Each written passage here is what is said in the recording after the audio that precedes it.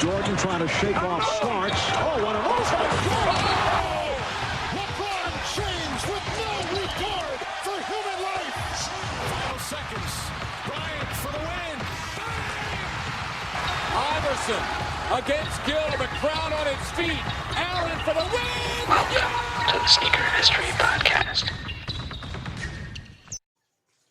What's up, everybody? Welcome to another episode of the Sneaker History Podcast. What's hilarious about this episode is we're going to talk crap about wearing sneaker clothing, and Mike's wearing a Reebok beanie, and I'm wearing a Puma sweatshirt. So don't mind us. Don't mind us. Don't mind us at all. Like I said, I'm Robbie. He's Mike. We're here to discuss some things we want to see go from 2024 and some things we want to see happen in 2025. But before any of that, we got to ask my man here how he's doing. I'm good, man. I think your guys' weather has trickled down to Houston, Texas, and I'm not quite a fan of it. It's wet and cold, and is this what you deal with on a day-to-day basis? Yes. This is sad. I don't like it. We need that rain to go south and hit California. Yeah, they need it. They need cats cool and dogs right now in Portland. But, we haven't done one in a while. First episode, maybe not the first episode, Mike did an interview with Bima earlier, so not the first episode of 2025, but our first recording, really, of us together. So, Mike, why don't you start us off with what you've been rocking and what you've been copping? Yeah, I've been rocking the upcoming Reebok Nano X5. I was telling Robbie before we got on, this may be my favorite one so far. But yeah, I've only gone to the gym, 4 of the 5 days this week, and this is what I got. And I got a plastic bag on my way. There we go. Then also copping the Racer Pink AirTech Challenge 2 is on finish line right now. I want that pair. They're gorgeous. They are. I'm trying to be very particular about what I buy. I'm trying to pull a Robbie from last year, just being smart about that. So they're still there, they're hanging out, and it may be my first, cop of the year, but I'm still not sure yet. Still not sure. I went 11 and a half months without buying shoes. That's amazing. I mean, so much 11 money and a half, and then I messed that all up. But, the hot pink, let's not linger on it too long, but devil's advocate, hot lava, hot pink, it's the too close. It's like a faded. It's a faded. It looks good. It's like gamma blue and Carolina blues. They're not the same, but they're close. So for my rockin' and coppin', I took a page out of Nick Ingvall's, and I've been trying to wear shoes that have just been kind of lingering in the back of my closet. So I have these gold metal Ultra Boosts with the leather cage, which I love, and the nice gold heel clip. Gorgeous shoe. Still to this day, how Adidas hasn't found a way to make Continental rubber more durable underneath these shoes, because the first thing to go on any Ultra Boost are these black little grooves, and you know right away how your foot strikes, because there's very obviously still grooves in some sections and very obviously nubs in others. Well, did you have the first pair before they did Continental rubber? Oh yeah, they're awful. Oh my god! But still, I've bought. I guess I haven't bought an Ultra Boost in easily 4 years, but I've had many Ultra Boosts. Yeah. So they haven't figured that out yet. They gotta have a harder one. Maybe I test drove the X5 or the newest Ultra Boost. Those are really nice, and maybe those were more durable. Anywho, we have the Reebok Instapump Fury collab with Aries here. I did some research. I did not know who Aries was or as a brand, and after seeing them, this definitely fits their motif. And if you're going to execute a weird shoe, execute it with your principles. As they say, talk your shit. And I feel like they were standing on business with these shoes. It fits the motif. There's nothing weirder than somebody who just has just keeps changing color palettes over and over again just to swap it with his name on the shoe still. So if you're going to put your mark on something, do it. And it has these really cool clear, I can't get it right now. These clear actually windows there. Yeah, clear windows. They're goofy, they're weird in all the best ways. They're out now. Mike, you've had a couple Instant Pump Furies. These are my first pairs. Really? I liked them. And I don't know if they all have super hard carbon fiber shanks. Yeah. In the midfoot, but I love that. This shoe, the construction is really cool, and I like how different it is. I'm not the biggest Steven Smith fan, but the man can make a shoe. Yeah, these stand on business. Well, it's one of my favorite models. This is as a kid, I seen the shoe. I was like, man, I wish I could get a pair of them. And then it took me to adult to actually get a pair.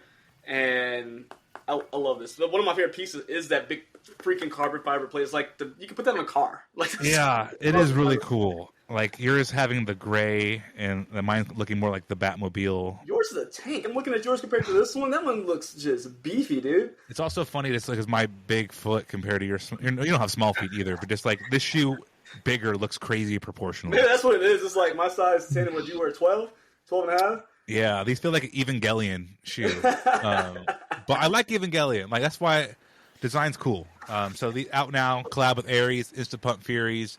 Go check those out. Go check out the Nano X5. Good stuff from the Bach. And the Bach's also doing they just did a really cool commercial with the Nano X5. It was like you wouldn't put orange juice in cereal, so why would you train in a running shoe? And I was like, damn, that's a good point. Dang. That's a good point, Reebok. No lies told. I see what you did there. Reebok. So, like we said earlier, we have 3 things we want to see go from the last year, and 3 things we want to see kind of start off or continue or be a trend going into 2025. Our man Mike here has a nice list of 6 things total. We split it in half. You didn't need to hear 12 freaking points. You've listened to other shows. You know how it goes. So we're here to be fun, light, treat-like, like a fun-size Snickers. So speaking of fun-size Snickers, I'm playing. Like just enough. My man. Mike, go ahead and start us off with something from 2024 we want to see go. Something we want to see go, and I mean, this is kind of a pipe dream, and that's going to be retail prices being so high. I mean, it's funny how the world's kind of changed back in 2020 through, let's say, 2022, early 2023. We were looking for retail for the best price, and of course, resale at nonsense prices. Now it's flipped. I go to resale sites to get an on-sale price for a Jordan 1 that's retailing for $180, $200. I can get it for $150, $140 somewhere else. These prices are gotten out of hand, and I think it's just too much now. It is. It's $220 for a retro, and that's not just Nike or Jordan brand. Salmons are over $200 if you have a collab. Asics are getting up there. It's not one brand. Yeah. It's honestly kind of the monkey see, monkey do situation. You see one brand charging $160 for a running shoe that you might have had a $120 price point at, and then you say, okay, well, let's beef this up to $150 and see if we can make $30 more per unit. And I get it economically, but people are struggling. America is struggling. The world isn't doing that hot. We're fine. Everything's okay, but we're not doing too hot right now. Just imagine that meme with the person in a burning room. It's like, no, everything's okay. Everything's all right. I thought of the meme of the quarterback who was like, not going to lie, they had us in the first half. First month of 2025, not going to lie, they got us right now. Not looking too good. We're starting down. Starting down. But we could stand to see those price tags go down a little bit. Yeah. To that, Mike, I know you're, like you just said, you look for the best price. You're a price conscious consumer. You can find a lot of good stuff on sale though too. Oh yeah. It sits long enough now. I mean, you don't have to. That's the beauty of it, I guess, is that retail is so high that in most cases you don't have to pull the trigger immediately. I mean, Black Cement 3s you just talked about, although you paid retail, you bought them 2 weeks after release day? I think longer than that. Maybe longer. I think they came out over Thanksgiving. I think they were were they Thanksgiving or Christmas? Oh, they were Black Friday. Yeah. Yeah, so Shoe Palace, I'm going to talk about it more later, but Shoe Palace did a restock, and they caught me at a vulnerable time, shopping at night in bed, Ooh. just looking through stuff, and Mike and I were discussing, we both have the 2010s, and I skipped on the 2018s because it didn't make sense. Not that I don't care about the Nike Air on the back, but it's not a make or break situation for me. If I like the shoe, I'm going to rock a Jumpman on the back. I don't care. Yeah. But I said no for a while. The time literally wasn't right around Thanksgiving. The money wasn't right then. So I definitely couldn't buy shoes right then. But yeah, literally, and they came fast. I bought these on like Monday. I bought these earlier this week, and we're recording on Friday, and they're already here. Given they came from San Jose, so not that far. But yeah, this 220 is a lot.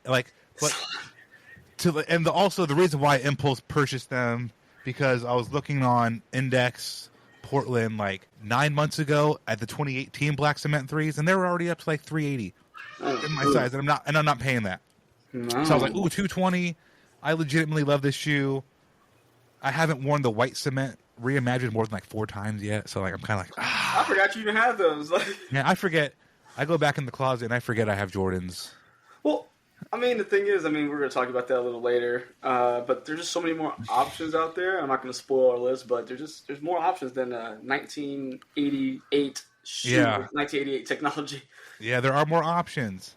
And I mean, to that, we'll talk more about this later, but I love how Jordan Brand showed off everything they plan to release in 2025. Mm-hmm. Like, there's so much, like, iconic, old school, classic heat that I just don't need. Like, not that I don't want. There's a huge difference. I want them. Yes. But, damn, I don't need flu games. I haven't worn my playoffs 12s in 3 years since I got them. I wore them like 4 times the week I got them, and then they've been in a box in the back of a closet ever since. So yeah, and I mean, it goes back to price. The cheapest thing on that list is $200. Looks like. I mean, and I should go pull those out. I should call her. I could call. I made a video about this year in Jordans, and more specifically the Jordan 1 because of the 40th anniversary. And it's funny how the Jordan Brand loyalists were quick to say, "No, it's going to be the year of Jordan." I'm like, I don't think you guys are understanding. I love every shoe that's coming out.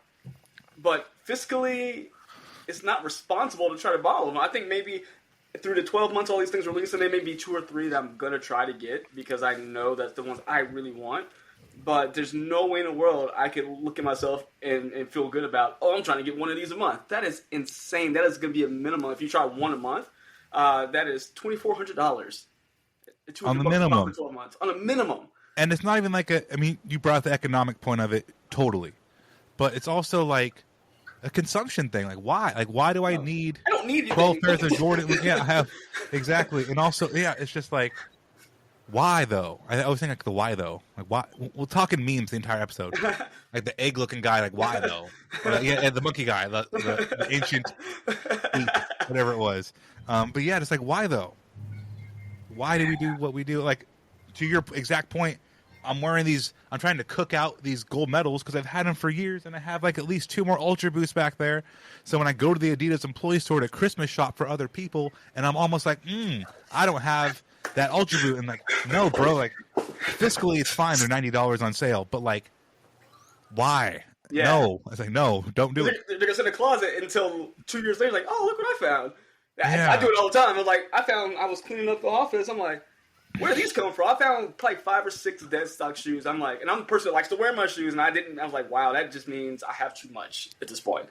So I'm going to make an executive decision in combo with the point you just said, like the consumption part with the second thing we want to see go from 2024, which is like the aggressive clothing with shoes, like, and contextually, man, it always sounds like I'm talking about Nike, but when you're the leader of the space, like you have the most stuff out there. The Halo Kobe collection apparel. That stuff is on sale right now. But who wants a paper-thin, white snakeskin tank top on sale for $75? Wait, on sale for $75? Yes, on sale for $75. It was more. So it's like, I don't need double snake, golden snake sleeve, year of the snake collection. Mamba collection. Shoes are killer. I'm not going to lie. I did not like the purple eggplant snake Kobe's for the first 9 months I saw them or leaked images. The past 2 weeks, I fell in love with them. They spoke to me. I don't know what I don't like the snake, though. The snake looks corny. Looks stupid, but that purple looks nice, though. The metallic purple looks really, really good. Because I hated the shoe when it first came out, but I'm thinking, like, man, they don't sell out. I kind of want So, real-life situation. Consumer A is on the sneakers app. He's looking for the shoes. Goes to interest the shoes. Probably not going to go, like, the chances that consumer A, who is going to buy this shirt, and then consumer B, who's going to replicate that same type of habit, I'm not consumer B. I'm not looking like, Constellation Kobe tank top. Yeah, I don't. Or matching Kobe tank top for when I. But it's funny. So anybody who worked in retail like you and I did, sneakers knows at least in Champs, we would call it the hookup. The hookup, the bundle. The bundle is like, hey, man. And I remember them guys coming in, or, someone's mom or girlfriend or wife, like, okay, cool, got them a shirt, and they want the whole fit. They want the shorts that came out with it, the hat, the shirt. And I think, bygone era. It's too much. Yeah, it was a fun era. I love seeing it. Like, I've had my fair share of, X branded clothing for whatever shoe. But now I'm like, I just want something I can wear with anything because I can't go through. I don't have the mental capacity to go, okay, I'm putting this Jordan 12 on. Let me find all the Jordan 12 things that match with it. Just give me a black t-shirt and some pants that fit, and I'm good to go. We're keeping it all memes, and we're going back to that dude with the all Denver Nuggets fit, like the Denver Nuggets jeans, the matching shoes, the polo, the hat.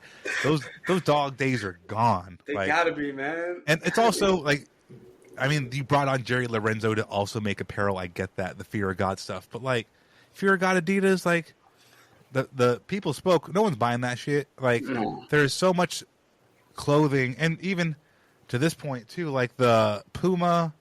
They did a Puma One Piece collab, and the T-shirts were even like, if you're gonna make apparel, make it good. Either make it really good, make it cheap, make it really good or cheap.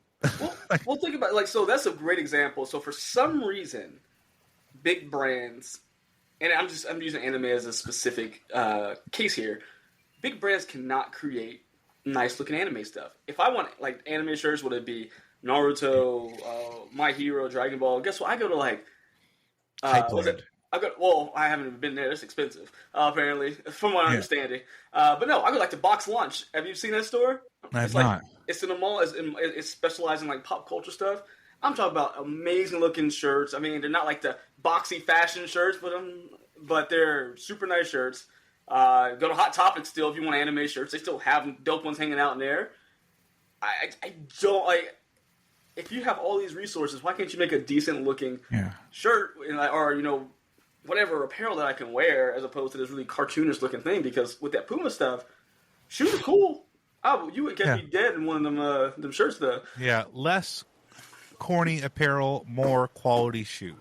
So that's number 2. What's our third thing we want to see go from 2024? Our third thing is let's slow down on the collaborations. I feel like it used to be for every 10 GRs, or not even GRs, every 10 brand solo projects, we would get a collaboration. Now it's the other way around. I feel like we get 25 collaborations and then like, oh, we're surprised this one isn't a collaboration at this point. Just make them, I'm not saying don't do them because collaborations or projects are cool, but make them make sense, put some real time behind them, to make them worthwhile, because at this point, when collaborations used to be this really just special item, they become less special than an OG color at this point, or just a brand specific color. So I have an insane idea that might just work with that. So I'm sure listeners and Mike, you've gone to Nike by You, and you see like the Sabrina 2, and it has various NBA players, Jordan Poole, Anthony Simons. Just Team Nike players who have customized Sabrina 2s that you can go order for yourself. Josh Hart, people that you could just like go get their colorway of the sneaker you see them wearing on the court. You're not committed to making the collab with that athlete. People have the option of kind of going to their local market and be like, oh, I'm a Blazers fan. I want Anthony Simons Sabrina 2. But someone in New York doesn't give a crap about Anthony Simons, like Sabrina 2. The same way I don't care about like DeMar DeRozan's, like it's just like make it more options, but also take it one step further to where you can actually get like maybe put like Anthony Simon's signature on there, because they're all like it says inspired by or designed by athlete A. Yeah. But then when you build it, you put like their number on it, but there really isn't anything like just one little half step more. This one little half step of like, hey, you did the Anthony Simons Nike by You, you get this whole colorway, or like Demonis Sabonis, right? Whoever it might be, but just like maybe a special little icon that they just made up, whatever it might be. But like, you don't need a full collab with that, and you can put that on to like artists or brands, right? Like I think of like the Huff Air Max ones, right? I love that. I have a pair of them. I have the orange ones. Great collab. But like 3 colorways plus a couple friends and families, that's a lot of shoe. If you just have the option to go to Nike by You, like, hey, we're doing a week-long, Huff collab, customize your own colorways of specific Huff colors with specific Huff branding, and make them your own. It's a collab, but like, you don't have to like commit to 3 different colorways of the same shoe, and you're doing it you did it on a Dunk a couple years ago, right? You did 3 Dunks a couple years ago. Now you're doing 3 Air Max ones, and it's like it's a lot. My thing is this, like, so and something you just said is one of the issues is that it's not just this one-off colorway. It's like, okay, like give us the Volt yellow or whatever color it was, Huff. Great, perfect. Or give us one of those dunks. It's a pack every time. No one comes out with a single collaboration. It is constantly like, hey, we're dropping 3 at one time, or 3 within 2 weeks of each other, 2 within 2 weeks of each other. It is not. It just becomes again just this. You're just throwing so much at everybody, and people are like, oh well, sneakers isn't special. It's like, no, sneakers are still special, but the brands are just like they're listening. They're like, how can we make more money? Cool, let's just dump 12 colors of this collaboration. Like even Nigel's, we didn't need 2 colors of that. Just give us the green one, and see, it was like limey, yellow, green, pink, and orange. Yeah. If I could have made one Huff Air Max 1 with like 3 different parts of those into one, like 3 different panels, people are creative. Figure it out. Like a what the almost. Yeah, but there is no concept of a what the because the 3 never existed. So you just have the 3 options and kind of go ham, make your own, right? Yeah. And then you get the upcharge. So you can upcharge for it being a collab and upcharge for the custom. So it's 15 plus an extra 10 for it being, or 20 for it being a collab, right? Yeah. So that's $35 on top of what you could just charge for an Air Max 1 inline, right? So like, yeah, cool things. So 3 things we want to see in 2025. Mike, start us off with one. Yeah. So one thing I want to, bring into 2025 are the smaller brands to keep making strides. I mean, when you have brands like, and by no means, I guess they're small in comparison to Nike and Adidas, of course, but you have brands like Saucony, you have brands like On, you have brands like Hoka. All these different things are making these really cool shoes, making these strides, making people excited. I want that to keep happening because, A, they're making amazing shoes, and although all shoes are still expensive, we're getting quality product from these other brands for a little bit lesser than we're seeing with the big boys.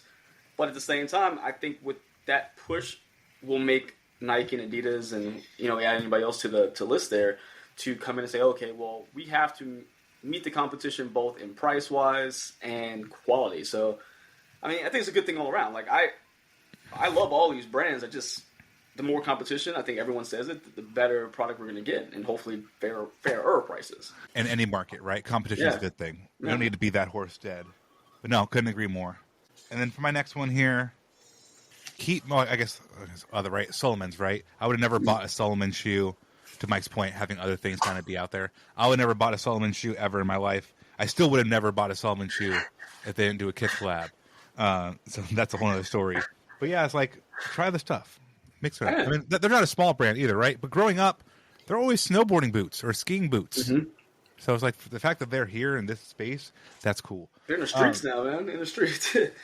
So my first thing I want to see in 2025, and I guess also, right, these Solomon's probably hang in that realm of two, what I'm about to say. Yeah. Comfortable shoes. Comfortable quality over uncomfortable mass production. And they're all mass produced, right? I don't know how to say that. But like bad quality, uncomfortable retros. Every brand makes them. Like, tell me a Puma Suede's comfortable. You're lying. Right? Tell me a low cut, like a low top BB 4000 by Reebok's comfortable. You're lying. Like, tell me an Air Force One mid is comfortable. You're lying. So it's like, make more comfortable shoes and all that. This is not a plug for Move insoles either, but like, I'm not excited to wear these black cement 3s in a sense of like, I'm going to feel good. My feet are going to feel good wearing these. But I'm going to pop in some Move insoles, and those will help make this shoe what could have been. We've talked about this on the show for probably like 5 years now. It can't be that hard to hollow out this fucking beast of a midsole and just make it lighter and put some foam in it, but have the outside look just like this. It's like they did with the Air Force One. Remember the Flyknit Air Force Ones? But that's Flyknit, right? That's all knit on top. I want like the midsole of it. Yeah, the midsole was that kind of that foam. They hollowed it out. Yeah, they did. Yeah. I was like, but the top was still. Yeah, I mean, it's like I want a 1-to-1 look with a completely remolded fit, because I just bought 2 more pairs of On Monsters because I got a friends and family 50% off. So I bought two Monsters for the price of one. And I'm gonna wear the hell out of the Monsters. I've burnt through more On Cloud Monsters than I have any other shoe. I've worn them. I wear them all the time. This isn't a paid ad, but I've literally I've worn through 4 pairs of Cloud Monsters. I can believe And that. as someone who has hundreds of shoes, to do that, the one specific model, comfort keeps me coming back. Like it's not that hard. Like make it comfy. So I had somebody comment on it, that video about the year to Jordan, and the first comment someone made is like, I hate the running trend. It looks so stupid when people try to wear those with outfits. I'm like, okay, like let me be the grown up in the room. Any sneaker you wear at any point can look stupid with an outfit, because guess what? Hell yeah. We're big and clunky. That's every shoe. Like, I mean, we love them because that's our thing, but anyone outside looking in is like, why is this guy got a big Jordan 12 on with, walking around? Or on the flip side, why we wear the Cloud Monster? This sucker, why is he not running with this on right now? So you can say that argument both ways, but yeah, there's a way to be That's the thing. I run in them all the time, but I like them. I keep wearing them when I'm not running. Like, you can wear them for a practical purpose, but damn, if you like them, you're going to keep wearing them. Yeah. But to your same point, Mike, like I saw a photo of some congressman getting sworn in wearing in blue 11s, and like that, it didn't look bad to me. The outfit was clean. The blue, the white, it was done right. But it did look like you're a grown ass man. Leave the Jordans at home. Put some dress shoes on. But at the same time, like it looks cool. Like the energy can go either way. Like a Cloud Monster would look really stupid in that suit too. Like like there's no winning that fight. It's just one of those things. Like it's all taste. It's all preference. But there's so much technology out there. There's a way. I mean, Adidas did it with the Superstar, the Partly Superstar. They cored out the inside, put a slab of boost in there, super comfortable. They stopped selling it, which I don't understand that. But or even like the Superstar 84, I think it's, or 82, whatever year it is on it. I think it's 84. Remember this. What is it? But they just did better materials on it and made it a little more plush. And then, damn, look at that. It feels good. So it's not bad to wear comfortable shoes. Don't hate on comfortable shoes, man. As someone who beat his feet up, my feet hate me. But I mean, also wear your shoes, because one of my most comfortable pairs of shoes I own are Jordan 4s. Once you really get them things broken in, you got beat them things though. They are. I like wearing a pair of Jordan 4s if they're appropriately cooked. Not cooked, but they're well done. Medium well. Rotisserie. Well, they're there's rotisserie. Jordan 12s. I have one pair of Jordan 12s, the cherries up there. They can't go with many things because they're huge, but they're so comfortable. Like when I wear them, I can literally wear those shoes all day and be perfectly fine. But I just know, I was like, hey, I can't wear that shoe with probably 90% of my clothing because it doesn't. Can't do it. Hit us with one more. What's the last thing we want to see come or happen in 2025? Pause. Man, I'm trying to think now. We went through all of them. You know what? I would like to see more. I like to see more emphasis on basketball design. Very nitpicky on this one, but it just really. I mean, I'm kind of pointing at Nike on this one. I know what you're capable of. I love your past stuff. I want to see you come back and be an actual force in basketball, because right now everything looks like a Kobe, or at this point everything looks like a LeBron, 22. So let's get creative. I want to see some crazy stuff out there. I mean, people are pulling some crazy things from the archives, all these different brands. I want to see everybody just get creative and just go nuts with, heck, basketball, whatever at this point. You are not wrong, but I like that Sabrina 2 a lot. That's the best looking one out of the group, though. It's one of those things. Is the Sabrina 2 is the most the one I can actually pick out of a group, and that's barely. I'm starting to get a little bit warmer towards the book one, but still can't make myself buy a pair that's not on sale. So I like the book one too, and the Sequoia colorway that just looked Sedona, not Sequoia. Sedona, yeah, the red one, but they take the back tab off. I don't understand that. It bothers me. Back tab back. Give me back tab. But no, you're right. But I will say this about the Sabrina: right away comfortable. Like that shoe. Yeah, I had to wear those are my work shoes. When I work with the kids, they gave them to us, and they're comfortable. I like them. Okay, I'm gonna flip it on you then. So if you're gonna go that route with basketball design, I want to see more intention with tennis shoes. I know that's a weird thing to say, but there's a thin line between super techy looking and a good looking shoe. Yeah. Make the super tech stuff. Make that. But for someone who tennis I tennis once a year maybe. I just want something that looks cool. Yeah. So I mean make it like you brought the Tech Challenge stuff. Like I also don't want to wear a Tech Challenge either. Like Well, the old Tech Challenge. The Mac Attack, they did with they took the Mac Attack and I haven't updated heard those, right? the Attack Vapors. Yeah.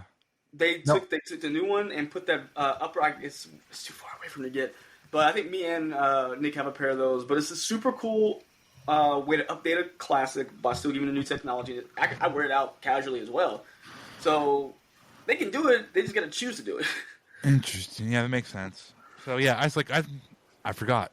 I have a pair of Mac Attacks. See, so many damn shoes. I was like, oh yeah, those are actually our tennis shoes. Oh yeah, dude. I have those. But you're not going to play tennis in a Mac Attack like an OG No. Mac Attack. Your foot would jump off. It's like I'm done. I have a Tech Challenge 3 back there. Like, Ooh. I got them for like $25. I Box wish we were ripped the off. same. I wish we were the same size. Like, Top let me ripped just- off. let me get the Anywho, thing. so those are just some things Mike and I want to see come and go from 2024, 2025, 2026. Who knows? That's so, man. We're officially, listeners, equidistant from 2000 to 2050 right now. Think about that. Think about where you were in the year 2000, and then the year 2050 is the same distance the other direction. Bro's in That's fifth wild. grade. That's wild. Anywho, thank you for listening. Make sure you check out Mike's YouTube channel. Some great interviews there. You can get the link in the bottom of the description of this episode. Like, subscribe, anything sneaker history related. You can find me at RAHBEE702. And he's Mad Watcher 987? 789. 789. There. Damn it. It's so Anywho, close. so close. So close. But listeners, thanks for being here and enjoy your day. Peace. See ya. Wait, I got to hit the